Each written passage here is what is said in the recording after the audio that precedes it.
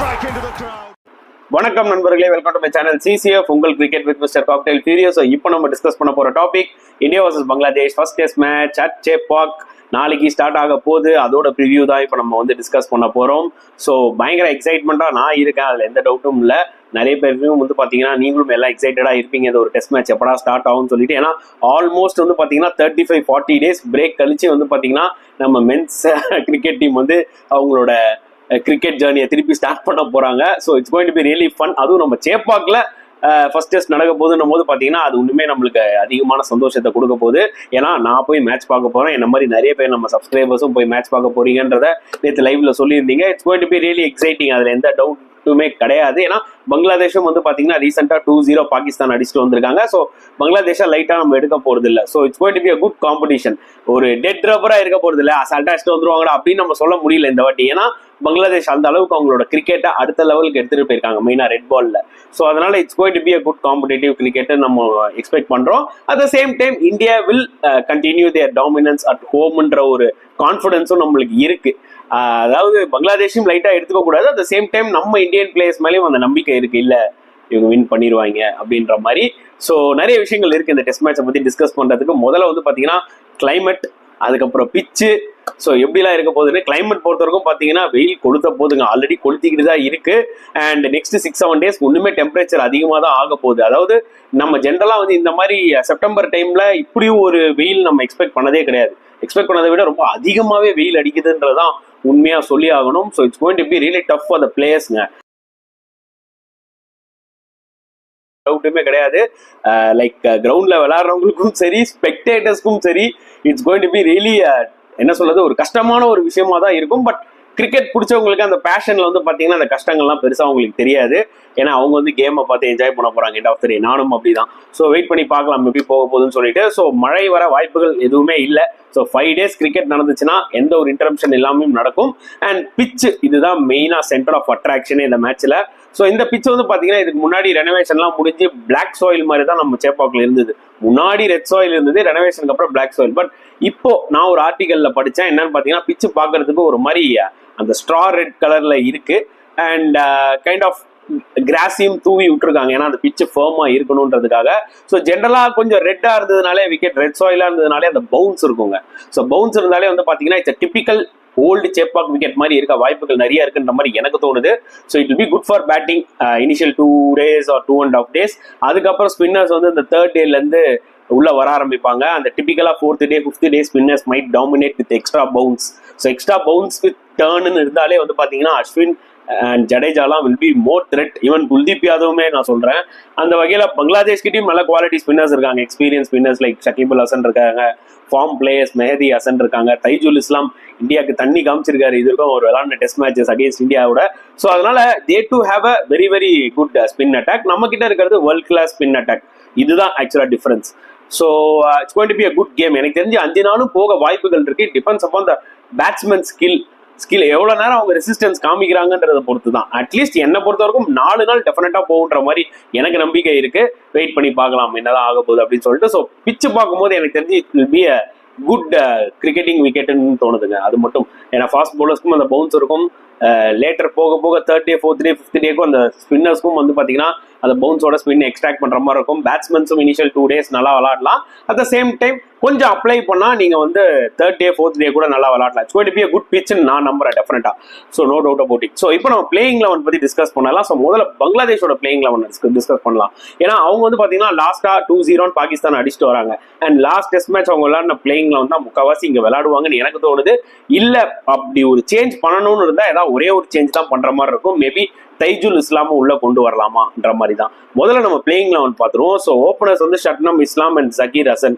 And number 3 அவங்க captain Shanto வந்துருவாரு. Number 4 experience person Mominul Haque அவர் இருக்காரு. நம்பர் 5 வந்து பாத்தீங்கன்னா முஷ்ஃபிகர் ரஹீம் வந்துருவாரு. அவர் தான் வந்து கீ பிளேயரா இருக்க போறாரு இந்த சீரீஸ்ல for Bangladesh. Number 6 experience allrounder Shakibul Hasan. Number 7 the form player Litton Das. இப்பெல்லாம் ரீசெண்டா நல்லா ஃபார்ம்ல இருக்காரு. பிளஸ் இந்தியானாலே அவர் பயங்கரமா பெர்ஃபார்ம் பண்ணுவாரு. நம்பர் 8 வந்து பாத்தீங்கன்னா upcoming super star allrounder Mehidy Hasan Miraz. And number 9 வந்து பாத்தீங்கன்னா அவங்க 9, 10, 11 3 ஃபாஸ்ட் பவுலர்ஸ் விளாடினாங்க. ஹசன் மஹமூத், தஸ்கின் அஹமத் அண்ட் ராணா. ஸோ இவங்க 3 பேர் தான் விளாட்னாங்க. எனக்கு தெரிஞ்சு வந்து பார்த்தீங்கன்னா இந்த பர்டிகுலர் விக்கெட்ல போக போக ஸ்பின் இன்னும் எடுக்க வாய்ப்புகள் நிறைய இருக்கு. And at the same time Taskin Ahmed வந்து பார்த்தீங்கன்னா டஸ்கின் அஹ்மத் அண்ட் ராணா 2 பேருமே கொஞ்சம் சிமிலரா பேஸ் போடுறவங்க. ஏன்னா ராணாக்கு இன்னும் கொஞ்சம் ஹைட்டா இருப்பாரு, இன்னும் கொஞ்சம் எக்ஸ்ட்ரா பவுன்ஸ் அவர் எக்ஸ்ட்ராக்ட் பண்ணலாம். எனக்கு தெரிஞ்சு அவங்க 2 பேருக்கு பதில் யாராவது இன்னொரு ஒரு எக்ஸ்ட்ரா ஸ்பின்னர் எடுத்துட்டு வரலாம். மோஸ்ட்லி டஸ்கின் அஹ்மதுக்கு ரெஸ்ட் கொடுத்துட்டு they can bring Taijul Islam also. ஓகேங்களா? ஸோ இப்போ நான் என்ன சொல்ல வரேன்னா அவங்க லாஸ்ட் பிளேயிங் லெவனே விளாடலாம், 3 ஃபாஸ்ட் பவுலர் வச்சும் விளாடலாம். பிச்சில் வந்து பார்த்தீங்கன்னா மேபி 3rd, 4th, 5th டே வந்து இன்னுமே பயங்கரமா ஸ்பின் எடுக்க வாய்ப்புகள் இருக்குன்ற மாதிரி இருந்ததுன்னா தே கேன் ஆஃப் தைஜுல் இஸ்லாம். ஏன்னா நல்லா புரிஞ்சுக்கோங்க, அடிக்கிற வெயிலுக்கு என்னதான் பிச்சு ஃபர்மா இருந்தாலும் கிராஸ் தூவி வச்சாலும் போக போக கொஞ்சம் கிராக்ஸ் விட ஆரம்பிக்கும். கிராக்ஸ் விட விட வந்து பார்த்தீங்கன்னா spinners will come into the equation. So எனக்கு தெரிஞ்சு வந்து பார்த்தீங்கன்னா Bangladesh might think about it. Taijul Islam நல்லா போட்டிருக்காரு இந்தியாவோட. So they might go with 3 spinners. Chances are there. But டெஃபினட்டா அவங்க வந்து பாத்தீங்கன்னா ஃபாஸ்ட் பவுலர்ஸ் எடுத்துக்கிட்டா ஹசன் மஹமூத் அண்ட் ராணா விளையாடுவாங்க தவிர டஸ்கின் அஹ்மத் விளையாட மாட்டாங்க. டஸ்கின் அஹ்மதுக்கு வேணா ஒரு ரெஸ்ட் கொடுப்பாங்க. ஏன்னா டஸ்கின் அஹ்மத் அண்ட் ராணா வெரி சிமிலரா போடுற போலர்ஸ் தான், ரா பேஸ் அப்படியே அந்த பேஸ் போடுற போலர்ஸ். அண்ட் மஹமூத் வந்து பாத்தீங்கன்னா கொஞ்சம் நிப்பு இருக்கும், ஸ்விங் பண்ணுவார் பால. ஸோ எனக்கு தெரிஞ்சு பண்ணா இந்த ஒரு சேஞ்ச் பண்ணலாம். இல்ல எப்படி பாகிஸ்தானோட சூப்பரா ஒர்க் அவுட் ஆச்சு இந்த பிளேயிங் 11, இதே விளையாடலாம்னு சொல்லிட்டு அவங்க விளையாடலாம். So it's a good playing 11, அதுல எந்த டவுட்டுமே கிடையாது. They have lot of options. Fast பவுலர்ஸும் இருக்காங்க, ஸ்பின்னர்ஸ் வேணாலும் உள்ள வரலாம். ஸோ நான் சொன்ன பிளேயிங் 11ல ஒரே ஒரு சேஞ்ச் பண்ணணும்னா தைஜுல் இஸ்லாம் டஸ்கின் அஹ்மதுக்கு பதில் வரலாம். இப்போ இந்தியாவோட பிளேயிங் 11 எடுத்துக்கிட்டீங்கன்னா ஆப்வியஸ்லி ரோஹித் சர்மா அண்ட் ஜெய்ஸ்வால் 2 பேரும் கலக்குனாங்க ஆக்சுவலி இங்கிலாந்து சீரீஸ்ல. Number 3 Shubman Gill last 2 matches இங்கிலாண்டோட வந்து ரொம்ப ரொம்ப இம்பார்ட்டன்ட் நாக் விளையாடினாரு, 2 செஞ்சுரி போட்டாரு. அதெல்லாம் வந்து பாத்தீங்கன்னா வேல்யூபிள் கான்ட்ரிபியூஷனா இருந்துச்சு. ஹோப்ஃபுல்லி இதே மாதிரி ஃபார்ம் கண்டினியூ பண்ணுவாருன்னு நினைக்கிறேன் அகேன்ஸ்ட் பங்களாதேஷ். அண்ட் நம்பர் 4 நம்ம கிங் கோலி ரிட்டர்ன் ஆறாரு. ஸோ அவர் மேலே எக்ஸ்பெக்டேஷன்ஸ் அதிகமா இருக்கு. அண்ட் அந்த கைண்ட் ஆஃப் ஒரு கூஸ் பம்ப் மூவ்மெண்ட் எனக்கு கொடுக்குது. நாளைக்கு நான் போய் மேட்ச் பார்க்க போறோம். ஸோ விராட்டை பார்த்து எவ்வளவு நாள் ஆச்சுப்பா, அதுவும் நம்ம ஊர்ல பாக்குற ஒரு டெஸ்ட் மேட்ச்ல 2016ல விராட் கேப்டன்ஷிப்ல இங்கிலாந்து நம்ம வின் பண்ணோம். Day 5 நான் போயிருந்தேன். ஸோ அதுக்கப்புறம் இப்போ பாக்குறேன் ஆல்மோஸ்ட் 8 years கழிச்சு. So I am so excited. And number 5 KL ராகுல் தான் விளையாட போறாரு, அதுல டவுட்டே கிடையாது. Is going to replace Sarfaraz Khan. கண்டிப்பா சஃப்ராஸ் கான் வந்து ஃப்ரேம்ல இருப்பாரு, அது எந்த டவுட்டும் இல்லை. But KL is more experienced, so he deserve a chance. And number 6 Rishabh Pant coming into the equation. White பால்லாம் விளையாடிட்டாரு, இப்போ டெஸ்ட் கிரிக்கெட் விளையாட போறாரு. டெஸ்ட் கிரிக்கெட் தான் அவர் one of the best format அவருக்கே, அவர் கெரியர்லயே. ஸோ அதுவும் நான் பார்க்கறதுக்கு ரொம்ப எக்ஸைட்டிங்கா இருக்கு. அண்ட் நம்பர் 7ல Jadeja, number 8 Ravichandran Ashwin, and number 9 நிறைய பேர் என்ன நினைப்பீங்கன்னா மேபி அக்சர் பட்டேல் விளையாடலாமான்னு நினைப்பீங்க. பட் டெஃபினட்டா எனக்கு தெரிஞ்சு குல்தீப் யாதவ் விளையாடினாங்கன்னா வெரைட்டி இருக்கும் இந்தியாவுக்கு. பிளஸ் இந்த சேப்பாக் விக்கெட் வந்து பாத்தீங்கன்னா will assist for wrist spinners as well as for finger ஸ்பின்னர்ஸ்க்கும். ஸோ அதனால குல்தீப் யாதவ் இருந்தா ஒண்ணுமே வெரைட்டி இருக்கும். நத்திங் அகேன்ஸ்ட் அக்சர் பட்டேல் விளையாடினா என்ன ஒரு பிரச்சனைனா பேட்டிங் நல்லா விளையாடுவாரு, போலிங் வந்து அவரும் ஜடேஜாவும் ஒரே மாதிரியே இருக்கிற மாதிரி இருக்கும். புரியுதா உங்களுக்கு? ஒரு வெரைட்டி இல்லாத மாதிரி இருக்கும். வேற Kuldeep gives you lot of variety. Sometimes நீங்க சில டிசிஷன்ஸ் எடுத்தாங்க. ஏன்னா லாஸ்டா விளையாடின few மேட்சஸ் வந்து குல்தீப் யாதவ் செம்மையா போட்டிருக்காரு. So he deserve a chance. So எனக்கு தெரிஞ்சு குல்தீப் யாதவ் தான் விளையாடுவாருன்னு நினைக்கிறேன் நம்பர் 9ல. Number 10 Jasprit Bumrah, obviously key player for India bowling wise. And number 11 பாத்தீங்கன்னா நிறைய பேர் சிராஜ் அப்படின்னு நினைப்பீங்க. BCCI அண்ட் செலக்டர்ஸ் வேற மாதிரி யோசிக்கிறாங்க. அவங்க பாத்துக்கோங்க, இந்த பர்டிகுலர் ஸ்குவாடே வந்து பாத்தீங்கன்னா ஒரு டெஸ்ட் மேட்ச்க்கு தான் அனௌன்ஸ் பண்ணிருக்காங்க. செகண்ட் டெஸ்ட் மேட்ச் வந்து பாத்தீங்கன்னா இந்த ஒர்க் லோட் மேனேஜ்மெண்ட்காக they might rest Bumrah, Siraj உள்ள வரலாம். இந்த ஃபர்ஸ்ட் டெஸ்ட் மேட்ச்ல பும்ராவோட மேபி நம்ம ஆகாஷ் தீப்பை பார்க்கலாம், இல்ல யாஸ் தயால கூட பார்க்க வாய்ப்புகள் நிறைய இருக்கு. அண்ட் நெக்ஸ்ட் மேட்ச்ல வந்து பாத்தீங்கன்னா வி மைட் சி சிராஜ் வந்து பும்ராவை ரீப்ளேஸ் பண்ணிட்டு இங்க ஆகாஷ் தீப்போ யாஸ் தயாலோ யார் விளையாடினாங்களோ அவங்க அப்படியே கண்டினியூ பண்ற மாதிரியும் இருக்கும். ஸோ அதனால தெர் இஸ் ஹை சான்சஸ் நான் சொல்ல வரேன். எனக்கு தெரிஞ்சு தே மைட் கோ வித் என்ன சொல்றது, நான் எஸ் தயால் போவாங்கன்ற மாதிரி தோணிட்டு இருந்தது. பட் சின்ஸ் இந்த மாதிரி ஒரு பவுன்ஸ் இருக்கிற மாதிரி விக்கெட்னு இருக்கிறதுனால they might opt for Akash Deep. So 10 Jasprit Bumrah and 11 Akash Deep விளையாட வாய்ப்புகள் நிறையவே இருக்கு.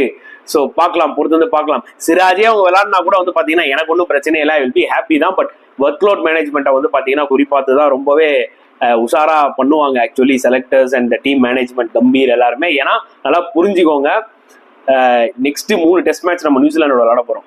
அதுக்கப்புறம் BGTல போய் 5 டெஸ்ட் மேட்ச். ஸோ நம்ம கிட்ட இப்போ ஃபிட்டா இருக்கிற எக்ஸ்பீரியன்ஸ் போலர்ஸ் எடுத்துக்கிட்டீங்கன்னா பிரைம் மெயின் போலர் வந்து ஜஸ்பிரீத் பும்ரா, அதுக்கப்புறம் சிராஜ் தான் இருக்காரு, வேற யாருமே இல்லை. ஷம்மி ஒன்றும் ஃபிட் ஆகல. சிராஜும் வந்து பாத்தீங்கன்னா இன்ஜுரி ஆயிட்டாருன்னு வச்சுக்கோங்களேன், அப்புறம் நம்மளுக்கு ஐயோ சிராஜாவது இருந்திருக்கலாம்டா அப்படின்ற ஒரு நிலைமை போயிடும். அதனாலதான் வந்து பாத்தீங்கன்னா they don't want to risk it. We might see Akash Deep tomorrow playing at number 11. Surprise ஆவேன். ஈவன் எஸ்தேயால் கூட டெபியூ பண்ணலாம். ஸோ இந்த ஒரே ஒரு சேஞ்ச் தான் வந்து பாத்தீங்கன்னா இருக்க வாய்ப்புகள் இருக்கு. மற்றபடி நான் சொன்ன பிளேயிங் 11 அதே தான் இருக்கும்னு நினைக்கிறேன். Let's wait and see. உங்களோட கருத்துல தாராளமா நீங்க கமெண்ட் செக்ஷன்ல போடலாம். ஏன்னா ஒருத்தருக்கும் ஒரு பர்செப்ஷன் இருக்கும். நான் என்னோட கருத்தை நான் சொல்லியிருக்கேன். உங்களுக்கு யார் பிளேயிங் 11 விளாடணுன்றத தாராளமா நீங்க கமெண்ட் செக்ஷன்ல போடலாம். அதுல எந்த டவுட்டுமே கிடையாது. ஸோ நிறைய விஷயங்கள் போயிட்டு இருக்கு. ரோஹித் சர்மா பிரஸ் கான்ஃபரன்ஸ்ல சூப்பரா பேசியிருக்காரு. இப்போ ரீசெண்டா கௌதம் கம்பீரும் செம்மையா பேசியிருக்காரு. ஸோ ரொம்பவே பாசிட்டிவான ஒரு விஷயம் தான். உங்களுக்கு ஆஸ் யூஸ்வல் தெரியும், ரோஹித் சர்மா பிரஸ் கான்ஃபரன்ஸ்ல ரொம்ப ஓப்பனா பேசுவாரு. சம்டைம்ஸ் அவர் கொடுக்குற அந்த ரியாக்ஷன்ஸ்லாம் வந்து பாத்தீங்கன்னா அது வந்து பாக்கிறதுக்கே செம கியூட்டா அண்ட் ஒரு மாதிரி செம்மையா இருக்கும். ஏன்னா அவர் வந்து பாத்தீங்கன்னா அந்த ப்ரிப்பேர் பண்ணிக்கலாம் வந்து அப்படி உட்காந்துட்டுலாம் பேச மாட்டாரு. அவருக்கு என்ன தோணுதோ அந்த இன்ஸ்டிங்க்ட்ல பேசுவார் அப்படியே. ஸோ அந்த வகையில் ரொம்ப பாசிட்டிவா பேசினாரு. லைக் வேர்ல்டு கப் வந்து நீங்க வந்து வின் பண்ணிட்டீங்க, இப்போ உங்களுக்கு ப்ரெஷரே இல்லை, நிம்மதியா விளையாடுவீங்களா அப்படின்னு கேட்கும்போது அப்போ சொன்னாரு, அப்போ நாங்க ரிமைனிங் இப்போ இருக்கிற மேட்சஸ்லாம் தோத்துட்டா பரவாயில்லையான்னு கேட்டாரு.